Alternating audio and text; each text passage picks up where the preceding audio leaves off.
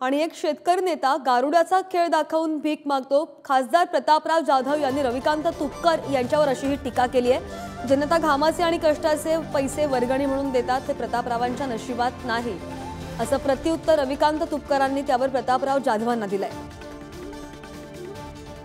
लोकांना केवळ डमरू वाजवून गारुड्याचा खेळ त्यांनी सुरू केलेला आहे। गारुडी कसा असतो, डमरू वाजवलो की लोक जमा होतात।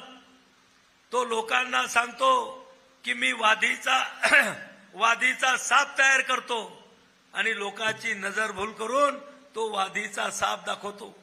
कागदाच्या नोटा तयार करून दाखवतो, लोक टाळ्या वाजवतात आणि कार्यक्रम संपला की स्वतःचं कटोरं काढतो आणि लोकांच्या पुढे भीक मागतो की मला एक रुपया टाका।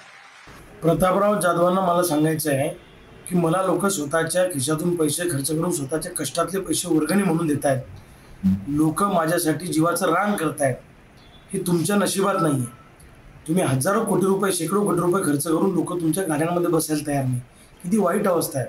काल तुमच्या एका सभेचा व्हिडिओ पाहिला, तुमच्या सभेला लोक यायला पण तयार नाही। तुम्हाला गावातून हाकलून दिल्याचे व्हिडिओ लोकांसमोर आलेले आहेत। इतकी वाईट अवस्था तुमची झाली, तुम्ही काय माझ्यावर टीका करता?